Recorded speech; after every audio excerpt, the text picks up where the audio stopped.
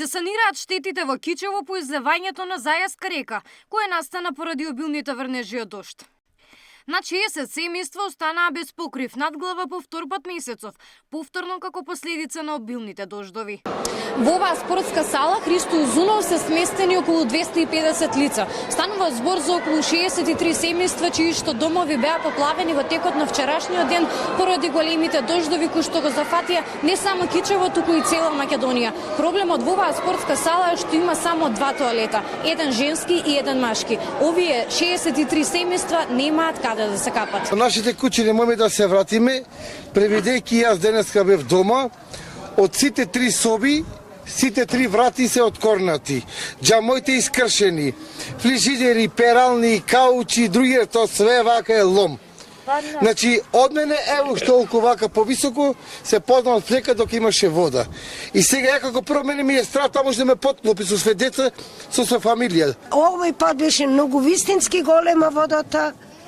И ние што моравме сме да напуштиме. Имате ли доволно ресурси, храна, вода, каде спи? Имаме, носат, колку што си можат ни помагаат, ни носат, тоа е од ним дужност, ние сме многу заблагодарни од ним. Са бајле е снимано, што прибедејќи не можевме 2 дена да влеземе во куќите. 2,5 метра вода надворешно. Штета имам голема, значи дрва 7 метра дрва ми однесе, дешто гулаби, тоа што има кутлуци, свето однесено, а натре самите ќе се уверите вие. Еве ви доказ да видите сега во каква состојба сме ние. Градоначалникот најави дека до крајот на денот ќе биде обезбедено соодветно решение за надминување на состојбата за одржување на лична хигиена за лицата во спортската сала. Минатиот пат беа вклучени хигиеничарки од општина Кичево, значи оние што ни се на располагање, да зачистат колку што можат.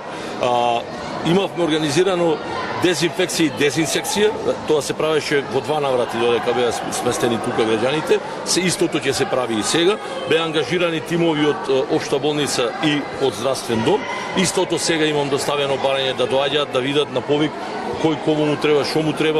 За сега не е познато до кога граѓаните ќе останат сместени во спортската сала.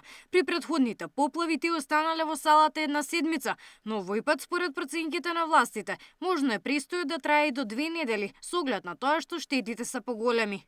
Надлежните служби тврдат дека на терен се работи со целокупната расположлива механизација. Во овој момент имаме вклучено преку 30 камиони, преку 10 огромни багери машини, значи комплетно цела механизација со која располага општина Кичево, јавното предпријатие, рекосломе, противпожарните единици и дури имаме помош од сите фирми во градот. Значи сите што имаат градежна машинерија е вклучено. Некритична е состојбата на улицата Прилепска. Сите влезе во повеќе домови. Трагите од водата над зидовите достигнуваат височина и до 2 метри. Жителите и денеска самостојно ја испумпуваат водата од своите куќи. Зајаска река се повлече во своето корито, но и понатаму бележи зголемен водостој, што предизвика загриженост кај жителите од можноста за ново излевање. Потребни се кебиња, вода и храна за сите сместени во спортската сала. Надлежните апелираат донациите да се доставуваат исклучиво преку Црвениот крст, со цел нивно организирана и транспарентна распределба. Во меѓувреме штети од невремето се санираат и во Гостивар, Тетово и Скопски Сарај. Според најавите на метеоролозите, врнежите од дожд се очекува да продолжат и во текот на целата седмица, што дополнително ја отежнува состојбата на терен.